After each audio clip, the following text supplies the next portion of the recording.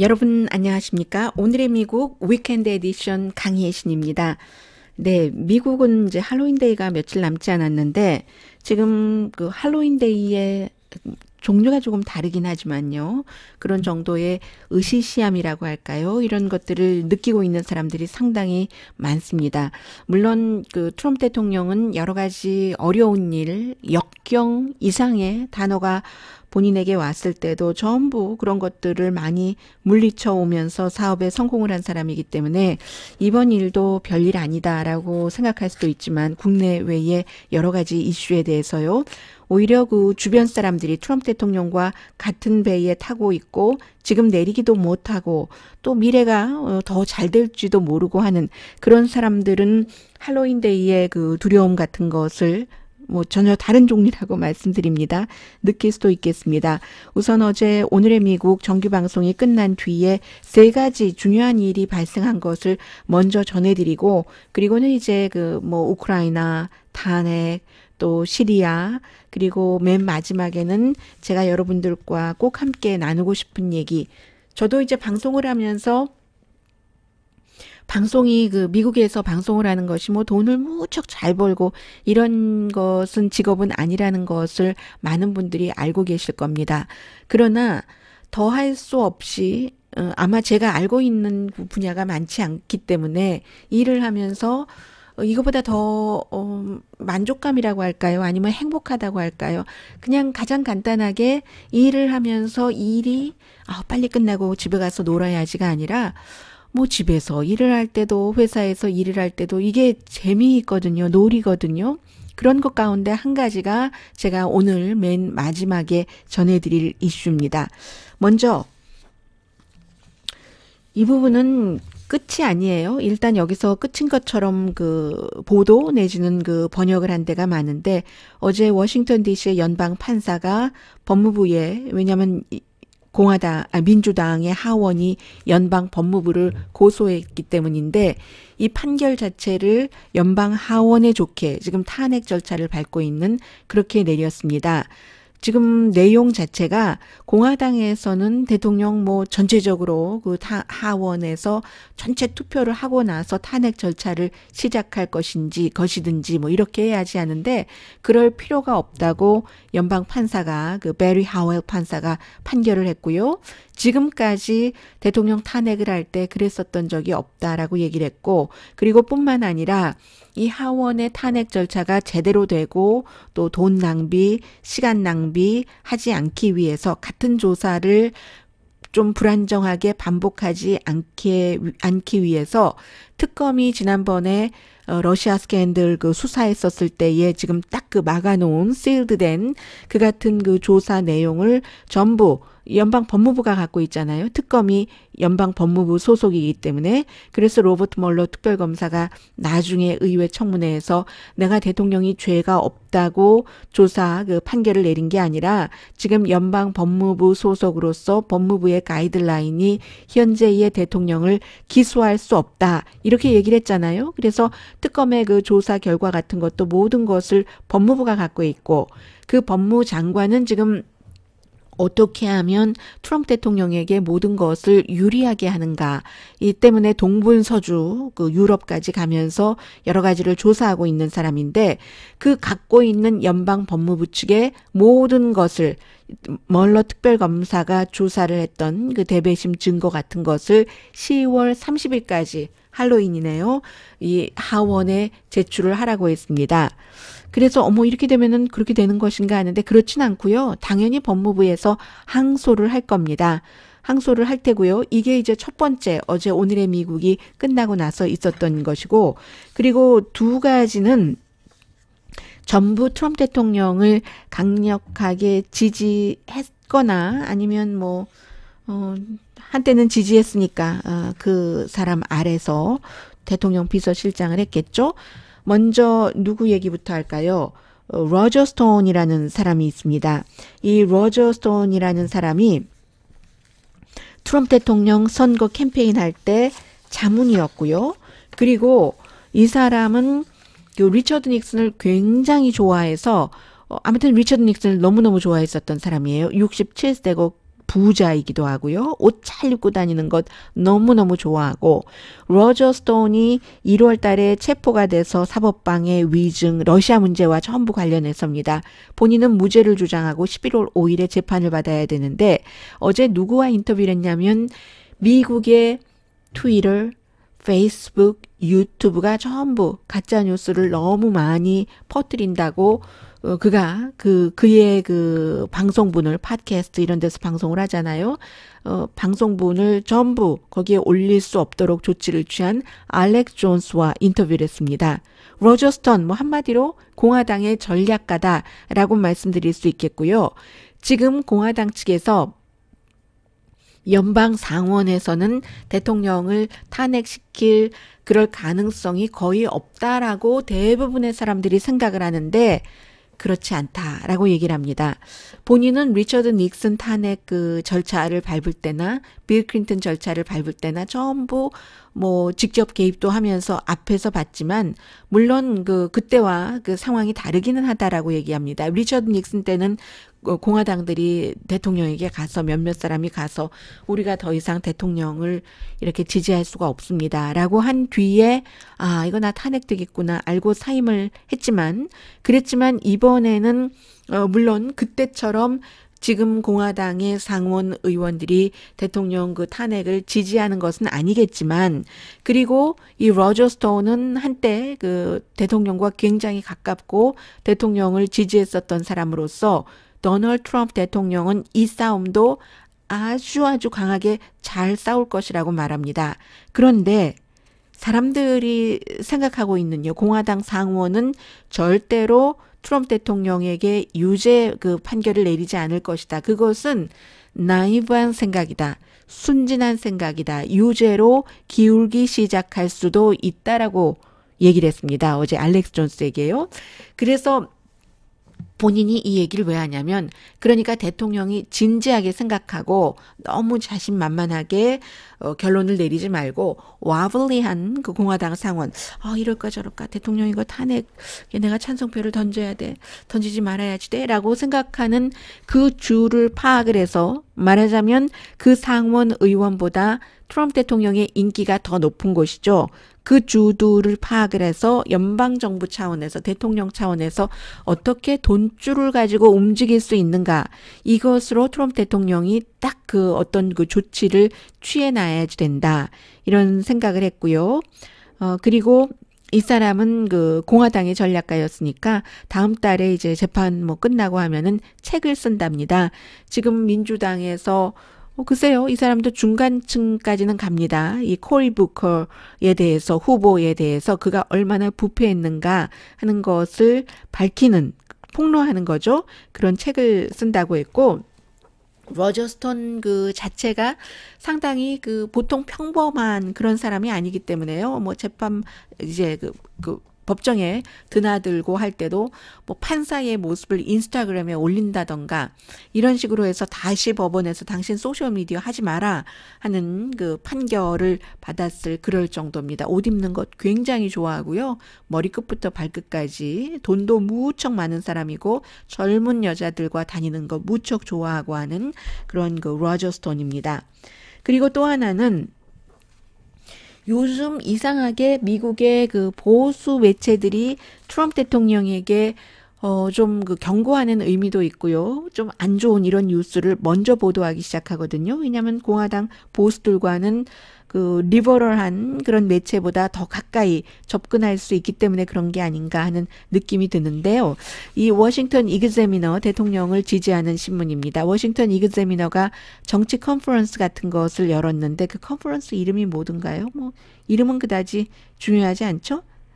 Sea Island Summit이라고 해서 거기서 존 캐리 전 비서실장이 갔는데 백악관이요. 이 사람이 이제 포스타 해병대 출신이잖아요. 결국은 대통령이 너무 본인을 본인 맘대로 못하게 한다. 손을 묶는다 해서 해고한 거나 마찬가지죠. 존 캐리도 뭐 예를 들어 대통령의 딸이나 사위까지도 전부 대통령 만나려면은 비서실장인 자신을 통해야지 되고, 또 원래 그렇게 해야지 되는 거죠.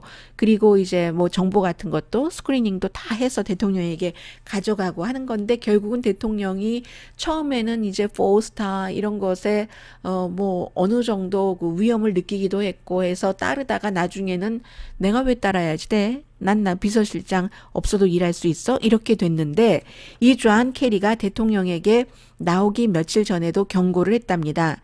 대통령 각하가 예스맨을 주변에 두시면, 특히 비서실장에 그런 사람을 두시면 탄핵당할 위치에 처할 수도 있습니다라고 개인적으로 분명히 경고를 했다고 얘기를 했거든요. 그러니까 말하자면 지금 비서실장은 아니고 비서실장 대행이죠. 그 믹 멀베니 비서실장 대행이 잘못하고 있다는 얘기입니다. 뭐 거꾸로 해석을 하자면 본인이 있었으면 대통령이 탄핵당할 위기까지는, 탄핵 절차를 밟을 위기까지는 안 당했을 수도 있다, 이런 얘기이기도 하잖아요. 이것도 좀 글쎄요, 듣기에 조금 거북한 사람들도 많이 있을 것 같습니다. 그러면서 사임한 것을 후회한다, 이렇게까지 올 줄은 몰랐다라고 얘기를 했고요. 이 대통령의 비서실장 대행이나 다른 자문이 대통령이 충동적으로 일을 하려고 하는 성향이 굉장히 강하기 때문에 그것을 막을 수 없거나 막을 의지가 없는 사람들이 많기 때문에 이런 일들이 지금 생겼다라고 얘기하는데, 본인도 사실 그렇게 해보려고 하다가 나중에 포기한 것 아닌가요? 그래서 그 해고되는 형식으로 해서 나갔어야지 되는 것 아닌가요? 그러니까 어찌 보면 트럼프 대통령 제일 처음에 대통령이 되고 나서는 그때 누가 트럼프 대통령을 많이 인정을 하진 않았잖아요. 뭐 좀 식견이 있는 사람들은. 그랬을 때 내가 좀 가서 도움이 돼야지 되겠다고 생각하고 갔었던 사람도 많을 것 같아요.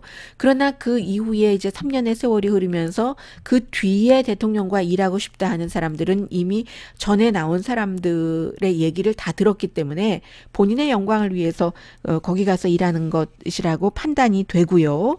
어쨌든 그 존 케리 전 그 켈리죠? 캐리가 아니라 존 캐리 비서실장, 존 켈리 비서실장의 경우는 이러한 그 상태를 본인이 경고를 했고, 대통령은 아마 이렇게 위험한 시기가 오래가지 않을 것이라고 생각할 것이다. 본인이 그 같이 지내본 대통령에 따르면 지금 이런 얘기, 이런 그 세 가지가 오늘의 미국 방송이 끝나고 나서 아주 그 중요했었던 얘기고요. 그런데 이제 공화당에서는 지금 뭐 하원에서는 40명이 그거 저기 왜 특히 민주당이 주도하는 하원 그 탄핵 그 절차가 비공개로 하느냐, 공개해라 하면서 뭐 앉아서 연좌 삐짜 먹으면서 시위도 하고 했는데, 그런데 너무 이거는 웃겨요. 왜냐하면 이 40명 농성을 한 사람 가운데 13명이 그 자료를 다 볼 수 있는 하원 탄핵 절차 소위원회 소속 사람이거든요. 40명 가운데 13명이. 그리고 하원의 탄핵 절차 그 소위원회의 멤버 가운데서 59명은 민주당이고 48명은 공화당이거든요. 그렇기 때문에 이것은 그들이 주장하는 바와는 말이 틀리는 거고요. 또 그 가운데서 그 모든 자료를 다 보고 비공개에 들어가는 사람 가운데서 마이크 펜스 부통령의 형인 그레그 펜스도 외교관계위원회의 그 소위원회 소속의 그 하원 의원으로 들어가 있고요. 처음 그 동생이 백악관으로 가면서 그 자리를 비즈니스맨 하다가 뭐 물려받은 것이나 마찬가지죠. 그런 인디아나주의 연방 하원 의원입니다. 대통령에게 보이게 하는 겁니다. 대통령의 도움이 더 많이 필요한 사람들이 이런 농성을 했고요. 상원에서는 이 하원이 대통령 탄핵 절차 추진하는 것이 이게 틀려먹었어 하면서 그것을 비난하는 결의안을 통과시켰는데, 공화당 상원 의원 53명 가운데 44명만 서명을 했습니다. 그러니까는 이게 이제 지금 현재 거의 모든 사람들이 보기는 상원에서 67표가 필요하기 때문에 대통령을 탄핵시키려면 67명이 되기는 아직도 어렵다고 봅니다. 거의 불가능하다고 보는데, 그런데 53명이니까 한 4명만 더 나와도 과반수는 되잖아요. 그러면 상원에서도 과반수가 대통령 탄핵에 찬성을 했다 하면은 이게 이제 재선을 치를 때 별로 좋지는 않은 그림이에요. 그런 것들이 있고, 대통령의 변호사는 대통령은 사람을 뉴욕의 그 정말 저작거리에서 살해를 총으로 쏘아서 살해를 하더라도 면책 특권이 있다. 뭐 이런 변호를 하는가 하면은 대통령은 나에 대한 린칭이다. 나를 보호하지 않는 공화당들은 인간 쓰레기다. 라고 얘기를 하고 있고, 연방 법무부는 이제 그 2016년도에 러시아의 미국 대선 그 개입, 이것을 왜 수사를 하게 됐는가. 이것은 트럼프 대통령을 후보 때 떨어뜨리기 위해서 한 거야. 특히 이제 FBI의 역할에 주목을 하면서 그렇게 리뷰했었던 것을 형사조사를 하기 시작했고요. 이것도 사실은 연방 법무장관이 너무나 지금은 뭐 완전히 그 트럼프 대통령의 이상형 법무장관이고, 그리고 공평성은 전혀 없다는 게 이제 대체적인 평이기 때문에, 그래서 뭐 문제가 있긴 합니다만은 또 한 가지는 존 더햄이라는 사람이 이 일을 총괄하게 되는 검사인데 평판이 아주 좋습니다. 그래서 공정하게 하지 않을까 이런 생각이 를 하고 있는 사람들이 많고요. 그리고 대통령이, 역대 미국 대통령이 백악관이 뭐 뉴욕타임스, 워싱턴 포스트 구독 끊는 것은 백악관 마음이라고 하지만 모든 정부 청사에 배달되던 뉴욕타임스, 워싱턴 포스트를 다 끊어라. 이유는 돈 절약하기 위해서라고 하지만 문제는 간단한 거잖아요. 대통령이 뉴욕타임스, 워싱턴 포스트 싫어하니까 이런 일을 할 수 있다는 것 자체가 아주 정말 특이한 것이고, 또 그렇게 한다고 좋아하는 사람도 있는데 그것은 뭐 여러분들이 그 기준을 뭐 달리 판단하실 테니까 이 정도만 전해드리겠고요. 그리고 우크라이나 이 전화, 이 사태에 대해서는 이제는 대부분의 사람들이, 다만 그럼에도 불구하고 난 트럼프 대통령이 좋아. 그러니까 난 트럼프 대통령을 싫어하는 거야. 이런 그 지지 계층들과 반대 계층들의 지지와 반대의 비율만 더 강하게 하는 그런 그 여론조사가 계속 나오고 있습니다. 그래서 처음에는요, 그 트럼프 대통령이 우크라이나 대통령에게 전화하면서, 조 바이든에 대해서 나쁜 조사 안 해주면, 그리고 2016년 대선 개입도 러시아가 아니라 우크라이나, 당신네 나라라고 하지 않으면 나도 뭐 군사 지원도 안 하고 또 미국에 오고 싶지, 백악관에 초대도 안 해주겠어. 이렇게 말한 것을 처음에는 공화당에서도 좀 중도적인 입장의 사람은 Trump being Trump. 과연 트럼프답네.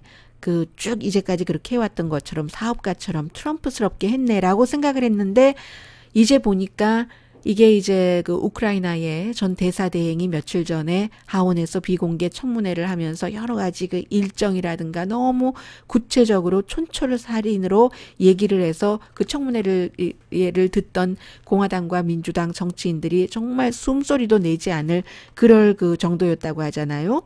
그 테일러, 윌리엄 테일러, 빌 테일러 전 그 우크라이나 대사대행, 그 이후에는 이제 보니 이게 just Trump being Trump 한 게 아니라 3개월 동안 코디네이트 했던 거구나. whole series of meeting이 있었고, 그리고 많은 사람들이 연관돼서 뭐 정부 관계자도 아닌 루돌프 줄리아니 대통령 개인 변호사와, 그리고 연방 법무장관인 빌 바, 이런 사람들이 다 트럼프 대통령을 재선시키기 위해서 대통령의 그 권한 아래 우크라이나라는 다른 나라를 끌어들인 것이구나 하는 것이 분명해졌습니다. 물론 그런데도 뭐 대통령이 잘했다고 하는 사람도 있고, 예전 같으면 그런 생각은 하지 못하거든요. 그래서 이러한 일들로 인해서 어떻게 공화당이 트럼프 대통령을 방어를 하면서 그 옆에 있을 수 있는가. 심지어 공화당 가운데서도 정말 wow, this is bad, so bad 라고 얘기하는 사람이 많잖아요. 그리고 아무도 이거 트럼프 대통령 그 자체를 가지고 얘기하는 게 아니라 지금 뭐 민주당에서 왜 비공개 청문회를 하느냐 이 말을 하더라도 트럼프 대통령이 그렇게 하지 않았어라든가 그렇게 한 것인데 그게 잘못이 아니야 라고 대통령을 방어하는 사람은 없잖아요. Silence does speak 라는 미국 말이 있습니다. 침묵이 아주 중요한 많은 것을 말해준다. 더 이상 그 자체로 그 내용 자체로 대통령을 방어할 수 없게 되는 거죠. 그래서 지금 이렇게 우크라이나 그 문제는 정말로 그 위험한 미국의 안보의 위험이 되는 것이고 그리고 권력 남용이고 탄핵 사유다라고 얘기하는 사람이요. 뭐 빌 테일러 그 우크라이나 대사대행 이 사람은 원래 50년 이상이죠. 49년이네요. 49년. 대통령은 뭐 공화당, 민주당 계속 바뀌었어도 이 사람은 공화당에서도 대사, 민주당에서도 대사, 이번에도 은퇴했다가 트럼프 대통령이 다시 해달라고 해서 나온 사람입니다.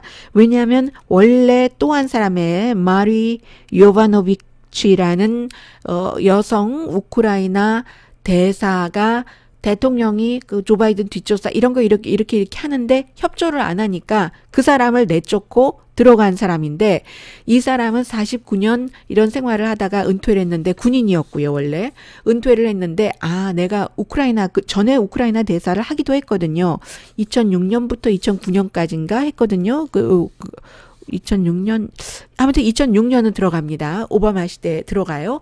그랬기 때문에 우크라이나를 지금 러시아로부터 보호하기 위해서는 우크라이나를 미국이 도울 수 있는 방법이 있는데 본인이 적임자라고 처음에는 안 하려고 했어요. 그런데 여러 가지를 공정하게 보장해 준다고 마이크 폼페오 국무장관이 살살거리고 하니까 했는데 하다 보니까 이건 아니다 싶어서 은퇴를 했고요. 그래서 이 사람과 전에 또 이 사람을 들이기 전에 내쫓은 그 마리 야바노비치라는 우크라이나 대사와 그리고 이제 또 다른 국무부의 여러 사람들 지금 증언한 사람들 이 사람들이 공직 생활한 것을 다 합치면은 제가 계산해 봤더니 163년이 되는 겁니다. 한 번도 뭐 헤지펀드에서 일해본 적도 없는 사람이고 하이텍 컴퍼니에서 일하면서 돈을 많이 번 사람도 없고요. 이 가운데는 전부 공직 생활만을 하면서 미국의 어떤 미국 나라를 위해서 국민을 위해서 봉사를 하면서 적절한 봉급을 받고 생활한 이런 사람들이 지금 말하기 시작하는데 공화당이 그 내용에 대해서 말을 못하는 거거든요. 그렇게 돼 있고요. 지금 마이크 폼페오 국무장관도 여러 가지 그 위반 상황도 나오고 아무 말도 안 하고 있어요. 이게 이제 마이크 폼페오의 캐릭터를 보여주고 있는데 자신이 지명해서 이제 그 자리에 있는 자신이 수장으로 있는 국무부 사람들을 대통령이 뭐 일 좀 시켜보다가 마음에 안 들면 바꿔치기 하고 또 일 시켜보다 바꿔치기 하고 할 때 또 얘 바꿔치기 하셔야죠. 이렇게 자신이 지명하고 옆에 임명하고 있었던 사람 옆에 서지도 않는 마이크 폼페오도 지금 본인이 피해자라고 하지만 굉장히 위험한 위치에 서 있고요. 탄핵 사태는 이렇게 돼 있어서 오늘 토요일인데도 불구하고 비공개 청문회가 있는 게 예사롭지 않은 일입니다. 그래서 어떻게 될지는 모르지만 어쨌든 이 탄핵 자체가 대통령이 처음에 얘기했던 나한테 너무 좋은 거야. 내 지지 기반을 뭉치게 할 수 있어. 라고 얘기를 했었던 것과는 분위기가 달라지는 것 같습니다. 물론 지지 기반은 그대로 있지만 전보다 올라가진 않고 약간 이런 일들로 이탈하는 게 크지는 않지만 좀 생기거든요. 그러니까 트럼프 대통령이 뭐 쿠데타다 이런 얘기를 많이 하는 거고요. 게다 대고 또 요즘 복음주의자도 2020년에 나는 트럼프 대통령을 분명히 찍겠어 하는 사람이 62%지만 2016년도에는 82%였던 것을 생각을 해보면 여기서도 조금씩 이탈하는 게 아주 점점 더 많아지면 큰일 난다 하는 그런 것이고요. 그러면 민주당이 좀 잘해줘야지 되는데 민주당이 그렇진 않습니다. 지금 18명이에요. 아직까지 뭐 20 몇 명에서 줄긴 했네요. 어제 한 명이 또 줄어들어서요. 그래서 18명인데 크게는 4사람입니다. 조 바이든, 또 엘리자베스 워렌, 버니 샌더스, 피트 브리저스. 그리고 바이든 그 전 부통령은 더 이상 지난해에 강한 지지를 받던 그 조 바이든은 아니고요. 여러 가지 토론하면서 토론도 뭐 그다지 잘 못하고 아들 그 이슈도 있고 법적으로는 위반이 아니었다고는 하지만 아직까지. 그리고 엘리자베스 워렌 의원은 제가 말씀드린 것처럼 헬스케어라든가 경제라든가 이런 부분에서 그 사람들이 알면 알수록 조금 위험할 수는 있겠다. 극단적이라는 평이 맞기는 하네 하는 것이 조금 더 그 엘리자베스 워렌이라는 사람에게 입혀지는 옷이고요. 버니 샌더스 그 후보의 경우도 조금 더 봐야지 되는. 그리고 이제 핏 불리저지라는 사람은 37살밖에 안 됐고 작은 도시 사우스밴드라는 인디아나주의 작은 도시의 시장인데 이 사람의 경우에는 뭐 오점이 있고 분명히 불완전한 대통령입니다. 지금 현재 대통령이 그런 현 대통령에 대해서 심판하는 격으로 이 사람을 대통령을 만들 수 있을까? 그런데 나이는 37살이 조금 젊다고도 생각되지만 이 사람이 with a man partner를 가진 사람, 남자 파트너와 결혼도 하고 사는 사람이거든요.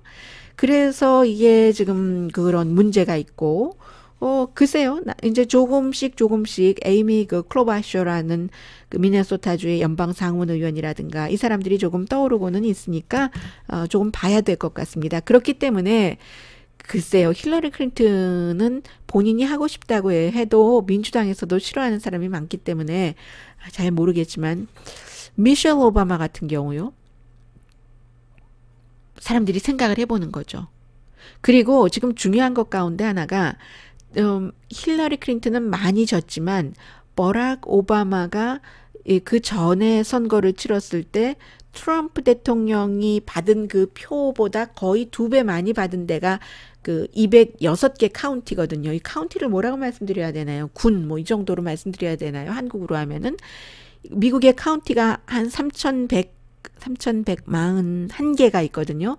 이 3,141개 어떤 매체는 뭐 3,084개 이렇게 계산이 나오는데 왜 이렇게 나오는지 모르겠어요. 그런데 어쨌든 3,100개 정도라고 하고 206개 카운티에서는 오바마가 트럼프가 받은 것의 2배를 많이 받았었는데 이것을 힐러리 클린턴이 다 까먹었었기 때문에 이 정도를 누군가가 이렇게 커버할 수 있다면 지금 그런 일이 있고요. 그리고 이 우크라이나에 이어서 그 트럼프 대통령은 그 미국의 실수인 거죠. 미국 대통령의 실수인 거고 러시아가 시리아 그쪽을 딱 정말 중동의 요충지인데 시리아가 있고 시리아 왼쪽으로 다 뭐 그 왼쪽 주변으로 이스라엘, 요르단이 있고 그 아래 사우디아라비아가 있고 이제 시리아 바로 오른쪽으로 뭐 이란, 이라크가 있고 시리아 북쪽으로 터키가 있고 그리고는 이제 시리아 저쪽 동북쪽으로 이렇게 가면서 알메니아, 조지아, 더 북쪽으로 러시아 이렇게 되는 거잖아요. 이쪽에는 지중해, 이쪽에는 뭐 무슨 해 있어서 시리아가 정말로 그 요충지인 겁니다. 이 요충지를 지금 미국의 실수로 러시아가 꽉 잡게 됐어요. 시리아와 터키를. 러시아와 터키가 미국이 1,000명을 뺀다고 한 바람에 그 시리아 북부 쿠르드족이 갖고 있던 그쪽을 그 컨트롤하면서 쿠르드족은 무기력하게 받고요. 이제 무기력하게 지금 되어버렸고 그러나 트럼프 대통령도 원래 약속했던 것과는 달리 1,000명의 미군이 그 쿠르드족과 함께 시리아 북부에 있음으로써 쿠르드족도 그 러시아의 침공을 북쪽으로부터 받지 않게 됐고 왜냐하면 쿠르드족은 나라 없이 한 4,500만이면요. 4,500만 명이 터키, 시리아, 이란, 이라크 뭐 아르메니아 이런 데 살면서 항상 나라를 만들려고 하는데 미국을 좀 도와서 아이시스 잡으면 나라 만드는데 도움이 될까 하다가 그냥 확 그냥 껌보다 더 심하게 그 트럼프 대통령이 확 하고 뱉어버렸잖아요. 그리고는 또 오일은 지킨다고 러시아와 터키가 이제 합의하지 않게 쿠르드족 좀 거기는 뭐 좀 있어도 돼 하는 그쪽에서 쿠르드족이 유전을 지키고 있는데 그 유전 지키기에 미군을 500명 정도는 지금 그대로 둔다는 건데 트럼프 대통령이 그러면 뭐 미국 사람들 생명을 지키기 위해서 1,000명 다 집으로 데려온다고 하더니 이것은 또 그전에는 아이시스 잡으려고 갔었던 사람을 이번에는 또 오일을 또 그 지킨다고 하면서 거기다가 두고 우리나라 큰 오일 회사를 보내서 거길 관리하게 할까? 이런 정말로 무지한 말도 대통령이 했죠. 대통령이 아니라도 그 정도는 다 알거든요. 그 나라에 있는 오일을 직접적으로 다른 나라가 절대로 관리를 할 수가 없습니다. 어떻게 미국의 오일 회사가 가서 관리를 합니까? 렉스 틸러슨 전 엑손모빌의 CEO였었던 미국의 국무장관을 지냈던 틸러슨에게 물어보십시오. 웃죠. 그러니까 메이비 틸러슨이 트럼프 대통령에게 모란이라고 멍텅구리 바보라고 했는지도 모르겠습니다. 메이비. 그런데 그런 얘기를 했고 미국은 못 지켜요. 크루드 그 유전지대를 지키는 크루드족에게 힘을 보태준다면 모르지만 그러니까 이게 이제 두 가지가 틀린 거잖아요. 달라진 거잖아요. 우리 그 군인들의 목숨이 너무 중요하기 때문에 어디 그 머나먼 중동 지역을 우리가 지킨다고 가서 이렇게 하면서 데리고 온다고 하더니 500명을 또 목표도 아이시스도 아니고 오일 하면서 거기다가 딱 두고 온다는. 그래서 그 미군이 이렇게 이제 철군을 할 때 그 그 크루드족이 돌과 도메이로 같은 것을 막 던지면서 이 쥐새끼들아 하고 던지는 그런 모습이 미국에 비춰졌거든요. 그런데 트럼프 대통령은 내가 이것을 뭐 영군하게 뭐 휴전을 만들었어 하는데 터키 대통령이 러시아에 가서 블라디미르 푸틴 러시아 대통령과 속삭속삭해서 원래 터키가 원했던 미국이 그 전에 그 허락하지 않았던 그런 완충지대를 만들어 놓고 여기서 지금 크루드족이 살고 있던 지역이에요. 다 나가. 뭐 엿새인가요? 뭐 아무튼 150시간에 다 나가. 안 나가면 우리의 총칼, 칼은 아니네요. 총, 대포, 무서운 줄 알아. 이렇게 얘기를 했지. 이게 러시아와 터키가 합작을 해서 한 거지 미군이 하라. 사실 미국은 마이크 펜스 부통령을 보낼 필요도 없었어요. 그냥 보낸다고 하니까 뭐 그냥 오라고 한 것이고 그리고는 이제 그 러시아로 본인이 대통령이 터키 대통령이 가서 이렇게 쫙 해왔고 시리아 대통령은 자기네 땅을 시리아가 다 갖고 싶기는 했는데 뭐 러시아에게 그동안 받은 것도 많고 앞으로도 러시아가 필요하고 시리아의 독재자는요 아사드는 그래서 다는 못 갔고요. 그동안 쿠르드가 갖고 있던 땅을 일부는 터키가 갖고 일부는 시리아가 갖고 쿠르드족은 아주 조금 또 어디서 구석에서 이렇게 하고 있는 겁니다. 그걸 가지고 트럼프 대통령은 승리라고 하니까 그러니까 이제 사람들이 아는 사람들은 믿지 않는 것이고 모르는 사람들은 또 팍스라든가 다른 데서 이게 승리예요 하면 승리인 줄 아는 것이고 승리가 아닌 것을 알면서도 말하는 그 저널리스트들은 나쁜 사람들이고 아니면 아예 말을 하지 않는다던가 지금 이렇게 돼 있거든요. 그래서 트럼프 대통령을 지지하는 사람들을 정말 죄송합니다. 교육 못 받은 사람을 그 안에 많이 두는데 또 한 가지 이런 게 있는 거예요. 이번에 이제 트럼프 대통령이 그 어디 가서 연설을 하면서 그 아주 뷰티풀한 그 큰 장벽을 멕시코와 사이에 짓고 있는데 뉴멕시코에도 짓고 있고 콜로라도에도 짓고 있다. 이렇게 얘기를 했습니다. 콜로라도는 멕시코와 국경을 접하지 않고 있습니다. 뉴멕시코가 콜로라도 바로 위에 북쪽에 있는데 뉴멕시코하고 뉴멕시코 스테이트하고 멕시코하고 국경을 맞대고 있는 거죠. 그래서 아주 진지하게 얘기를 했어요. 제가 음성은 방송하는 동안에 들려드렸는데요. 아름답게 콜로라도에도 짓고 있다고 캔사스에는 안 짓고 있다고 다만 그 벽을 짓진 않지만 다른 곳에 벽을 지음으로 인해서 뭐 그런 캔사스 같은 데는 이득을 받는다라고 얘기하니까 어떤 만화가 나왔냐면요. 시사만평인데 트럼프 대통령이 이제 마이크를 이렇게 쥐고 연설을 하면서 콜로라도주에 지금 아름다운 벽이 지어지고 있어. 누가 그 벽 짓는 돈을 대지? 하고 마이크를 딱 그 관중 환호하는 관중 쪽에 딱 대니까 관중들이 좋아하면서 하는 얘기가 매사추세츠 이렇게 얘기를 하는 거거든요. 아무것도 모르면서 얘기하고 그 얘기에 대해서 답하고 한다는 겁니다. 트럼프 대통령은 벽 쌓는 것의 비용을 다 멕시코가 짓는다고 했죠. 된다고 했죠.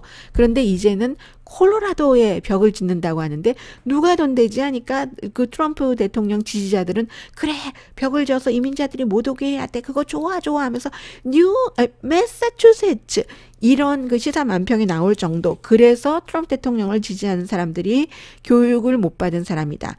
교육 못 받고 훌륭한 사람들 너무 많거든요.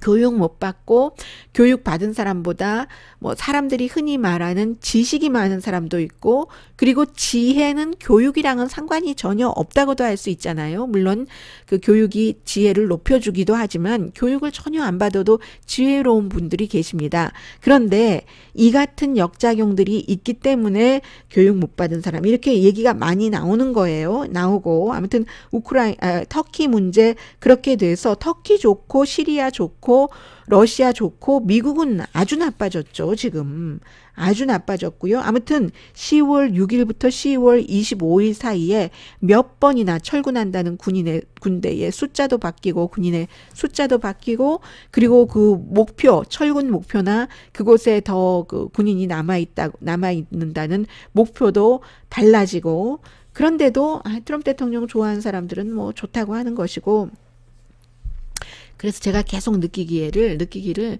모든 것은 그 나라 수준만큼이다. 그 수준이라는 것이 뭐 낮다 높다를 가늠하기가 참 어렵고, 또 뭐 어떤 부분에서는 수준이 낮은 게 좋을 수도 있겠고요. 뭐 높은 게 좋을 수도 있겠고요. 그러나 그 상식선과 도덕선에서는, 그런 면에서는 높은 게 좋겠죠. 그래서 어떤 형태가 되든지 트럼프 대통령이 미국에서 뭐 부정선거는 그렇게 거의 없는 일이니까요. 국민이 다 뽑는 거니까 선거로 이제 대통령이 뭐 탄핵당할 확률이 없다고 보고, 하원에서는 돼도 그렇게 해서 대통령 선거에 나갔을 때 또 대통령으로 선출하는 사람이 많으면 그게 미국인 겁니다. 뭐 한 번은 그럴 수도 있고 저럴 수도 있다고 하지만 두 번째에 그렇게 그 말도 함부로 하고 아무 사람이나 쓰다가 버리고, 그리고 또 문제가 너무너무 많으니까 워싱턴에 있는 트럼프 타워 그 호텔은 뭐 지금 팔려고 생각한다는 얘기도 있는데, 또 트럼프 대통령 브라더에게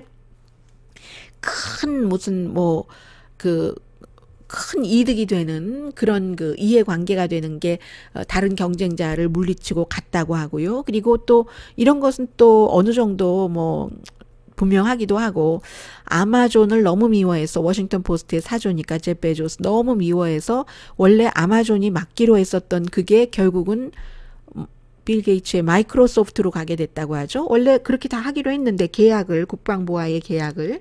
그런데 대통령이 이거 조사해봐 하고 지시한 뒤에 아마존이 그 못 맡게 된 이런 모든 아주 그 대담하게 이득 챙기기를 잘하는 그런 그 대통령과 대통령의 아들, 딸과, 그리고 그런 것을 또 다 해주는 행정부거든요. 대통령에 의해서 임명이 되고 한 사람들.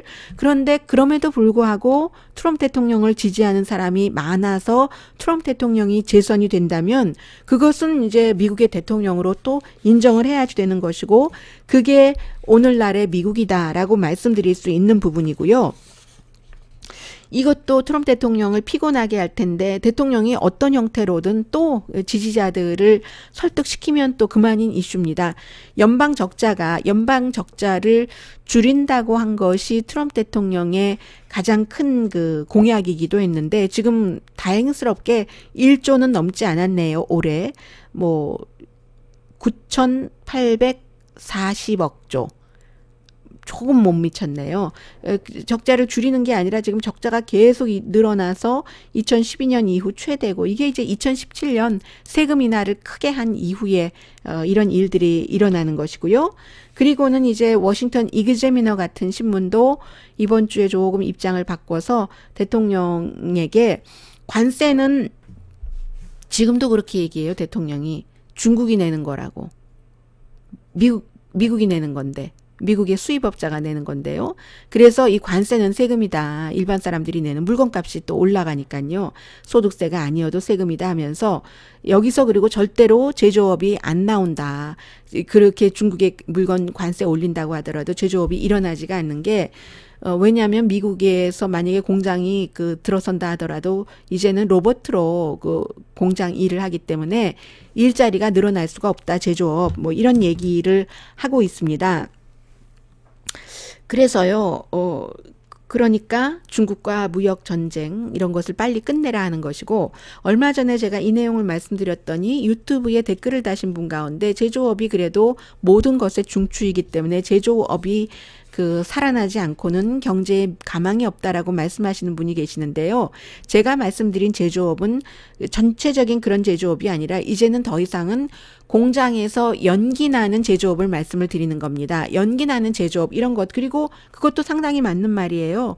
자동 그 기계가 다 이런 것을 하기 때문에, 그래서 그 지금 민주당의 한 후보 가운데서는 그 사람을 안 쓰고 기계를 쓰는 사람에게는 세금을 많이 내게 하겠다, 뭐 이런 얘기도 하는데, 그것도 장기간으로는 별로 해당되는 얘기가 아닐 것 같습니다. 저처럼 뭐 경제계를 잘 모르는 사람도 여러 뉴스를 보면은 이 자유시장 경제에서 인건비를 적게 들이고 이윤이 많이 나면은 모든 그런 그 경영자는 그쪽으로 어떤 어려움이 있어도 방향을 잡죠. 그래서 자동화는 당연하게 되는 것 같고요.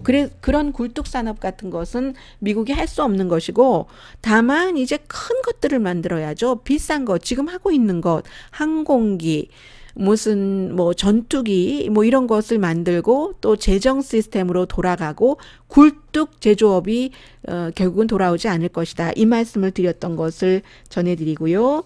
그리고 오늘 제가 가장 말씀드리고 싶었던 게 이 이슈인데, 방송을 하면서 재밌는 게 이런 부분이에요. 왜냐하면 사람이 살다 보면은 책도 많이 읽고 싶고 한데, 책을 많이 읽을 수 있는 그 시간들도 뭐 많지 않고 하잖아요.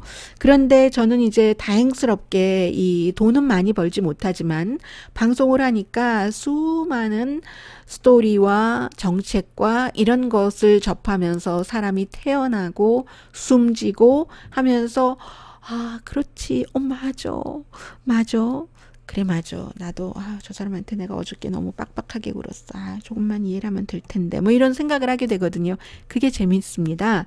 해서 한 사람이 숨졌어요. 뭐 얼마 전에 숨졌고, 그 엘리아 커밍스라는 최초로 흑인으로서 의사당에 그의 시신이 안치된 연방 하원 의원, 여러 병이 많이 있었습니다. 68살, 정말로 그 본인의 지역구뿐만이 아니라 본인의 흑인 인종뿐만이 아니라 소수 인종을 위해서는 많은 일을 했고, 특히 본인이 많이 아프니까 처방약값 내리는 것, 총기 규제 해야지 된다. 볼티모어라는 조금 터프한 지역구였기 때문에요. 그리고 사법 시스템도 개혁해야 된다. 똑같은 일을 저질렀는데 왜 흑인은 더 백인에 비해서 잘 체포가 되고 벌도 형량도 똑같은 그 케이스인데 더 많이 받느냐, 이래서 이런 일을 많이 했었던 사람이거든요. 그래서 어제 그 last name 이 사람은 그대로 갖고 있네요. 커밍스로 안 하고 마야 라키모어라는 미망인, 민주당에서 아주 활발하게 일하고 있어요. 그리고 미망인인데 하얀색 옷을 곱게 차려입었습니다. 화장도 다 깔끔하게 하고 하얀색 옷에 검은색 이렇게 좀 레이스 장식이 있었고요. 뭐라고 얘기했냐면 민주주의 영혼을 위해서 정말 싸운 우리 남편이 지난 몇 개월 동안은 참 힘들다고 했어요. 왜냐하면 트럼프 대통령이 볼티모어 거기 쥐새끼들이 우글거리고 뭐 막 이런 얘기를 해서, 그 볼티모어에서 뭐 태어나고 자라고 했었던 지역구이고, 이 사람이 너무 그 얘기를 대통령이 좀 가볍게 싸구려처럼 하니까 아주 참 고통스러웠답니다. 그게 우리 볼티모어를 그렇게 했을뿐만이 아니라 여러 가지 미닝이 다 있는 거잖아요. 어떻게 한 도시를 대통령이 자신을 지지하는 사람들이 많지 않은 그런 그 동네라고 해서 저렇게 말을 할 수가 있는가? 미국은 어디로 가고 있는 것인가? 나는 이 시점에 무엇을 해야지 되는가? 그런 대통령의 말로 상처받은 지역구 주민을 어떻게 위로해야지 되는가? 뭐 이런 것 때문에 아픈 나의 남편이 너무나 그 고통스러웠었다. 그리고 개인적인 공격도 받았고요. 해서 힘들었었다라는 얘기를 했고, 뭐 빌 클린턴 대통령, 힐러리 클린턴, 낸시 펠로시, 공화당들도 많이 왔고요. 그래서 빌 클린턴도 정말로 아주 헌법을 지키는 사람이었다. 뭐 이런 얘기도 했고, 조 바이든은 옆에서 가만히 이렇게 지켜보고, 또 민주당 후보들도 나와서 성경 구절 같은 것 읽었고요. 왜냐하면 커밍스 의원이 40년 다녔던 그 침례교회에서 장례식이 치러졌거든요. 딸이 2명이던데 제니퍼하고 그 아이다든가요? 아이디어? 뭐 이런 그 딸이었는데 듣기만 해서 잘 모르겠어요. 스펠은 안 봤습니다. 해서 그 딸 가운데 제니퍼가 아버지가 나의 아름다움과 블랙이죠. 총명함의 파워를 가르쳐줘서 아빠 고마워요, 데드. 아빠는 내가 나의 이 검은 빛에 대해서 감사하기를 원하셨고 이 브라운 스킨은 무지개 빛과 같이 아름답다는 걸 알기를 원하셨습니다. 하면서 무지개 빛도 얘기를 했고 그리고 그 알라바스터라고도 얘기를 했거든요. 이 브라운 스킨이 알라바스터 앤 무지개 빛과 같이 아름답다는 걸 알기를 원하셨습니다. 알라바스터가 석고잖아요. 하얀색이라고 그냥 화이트라고 안 하고요. 내 이 브라운 스킨이 알라바스터와 같이 아름답다는 걸 알게 했습니다. Dad, thank you for loving me. 그것도 정말 무제한적으로, 무조건으로, unconditionally. 그래서 그랬습니다. 하고 있는데, 이제 보면서 저는 방송할 때 이 장례식이 진행이 됐거든요.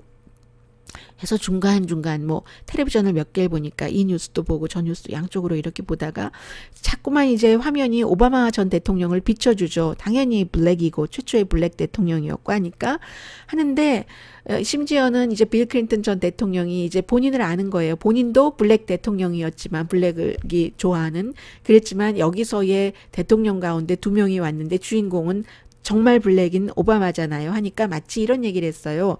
본인이 이제 그 뒤에 연설을 할 그런 오바마를 위해서 웜업을 하는 것과 같은 뭐 이런 얘기를 하고 할 때 사람들이 막 웃었는데도 이 그 오바마는 이렇게 손가락으로 이렇게 얼굴에 턱고임 같은 거 이렇게 하면서 표정이 정말로 진지했거든요. 처음부터 거의 끝까지 남들이 웃고 할 때도 이렇게 진지해서 저 사람 그렇겠지 뭐 여러 가지 감정이 있겠지라고 생각을 했는데 오바마가 좋은 얘기를 많이 했고 그래서 시스펜 같은 데서도 뭐 예를 들어 힐러리 클린턴의 조사 빌 클린턴, 오바마의 조사 다 풀리 올려놓고 오바마 거는 2개를 올려놨더군요.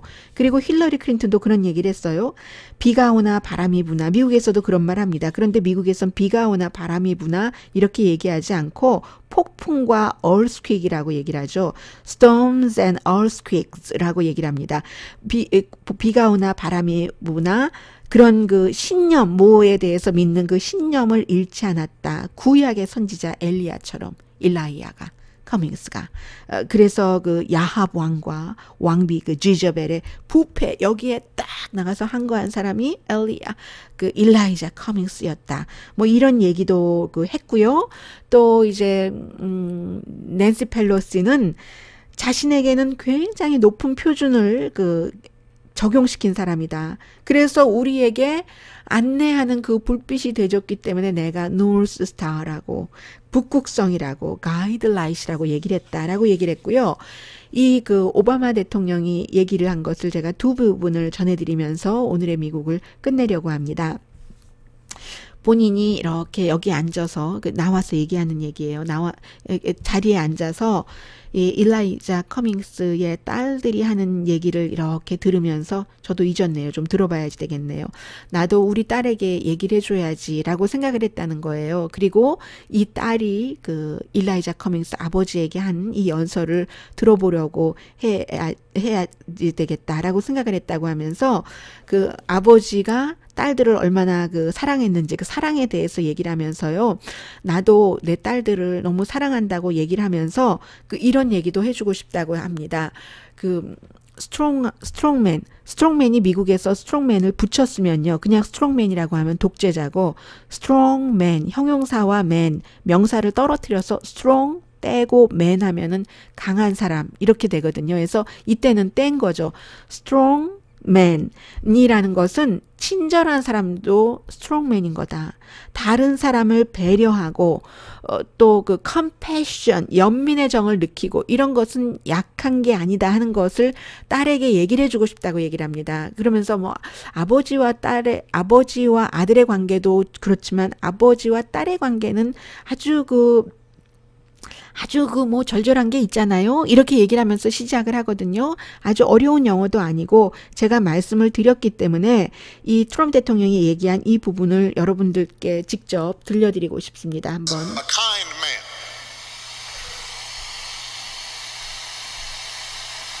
tell my daughters, and I have to say, listening to Elijah's daughters speak, that got me choked up.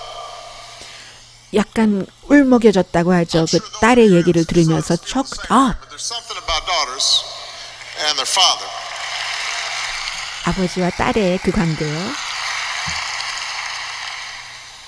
And I was thinking I'd want my daughters to know how much I love them, but I'd also want them to know that being a strong man includes being kind.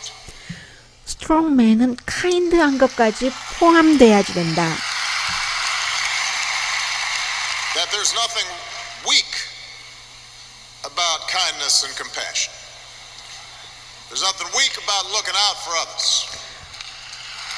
다른 사람을 돌보는 게 약한 것도 아니고요.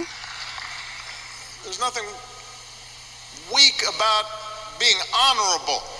You're not a sucker to have integrity and to treat others with respect. 다른 사람을 존중심을 가지고 아주 그 영예롭게 그렇게 대하는 게 약함이 아니다라는 얘기를 하고 있습니다. 어제 그 장례식에서도요, 한 번도 이 트럼프 대통령에 대해서는 이름이 나온 적이 없는데, 지금 미국이 트럼프 대통령이 된 이후에 말도 막 하고, 다른 사람을 존중하지 않고, 그런 것에 대한 고민들도 하면서 따라가고 막 하고 하는 것들이 있잖아요. 그런 것이 많은 사람들이 겹쳐졌을 겁니다. 그래서 honorable 이란 단어를 했고요. 그리고 또 하나를 뭘 얘기했냐면 여기에 이어서 얘기를 한 건데, 본인이 저기 자리에 앉아서 이 단위에 올라오기 전에 보니까 앞에 이제 일라이자 커밍스 의원의, 흑인 의원의 사진이 많이 붙여 있잖아요. 하면서 Honorable 일라이자 E. 커밍스라고 써 있는데 이렇게 얘기를 합니다.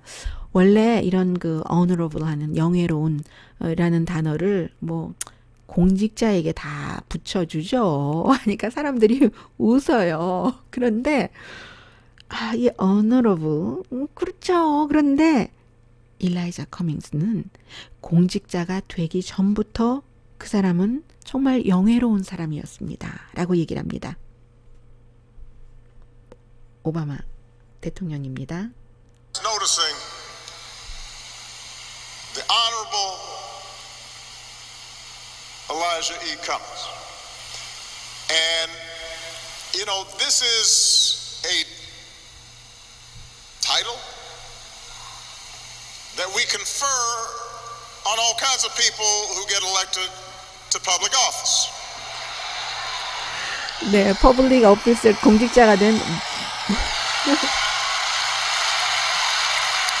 공직자가 된 모든 종류의 사람에게 붙여준다는 거예요.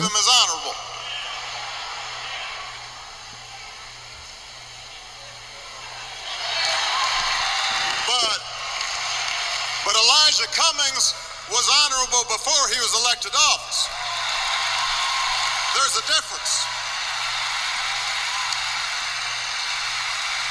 일라이자 커밍스는 공직자가 되기 전에 honorable 했습니다. If you were honorable and treated others honorably outside the limelight. 네, 이 honorable 한 게 일라이자 커밍스의 경우는 공직자가 되기 전부터 정말로 영예로웠고 그 영예롭다는 것이 다른 사람들도 같이 honorably 대우를 해주고 그것도 without limelight이라고 얘기를 하잖아요. 뭐 밝은 빛이 막 비춰져서 뭐 보이는 데서만 그러는 게 아니라 그렇게 얘기를 합니다. 정말 길 한가운데서 또 나와 함께 일하는 사람을 이렇게 뭔가 대우해, 그 사람들에게 뭐 상담 같은 것을 해주면서 그리고 딸들에게 I love you 라고 얘기하는 그런 것에서 그래서 다르다는 거예요. 그냥 타이틀만 붙여주는 그런 honorable한 공직자와 일라이자 커밍스는 outside the limelight, on the side of a road, in a quiet moment, counseling somebody you work with, letting your daughters know you love them.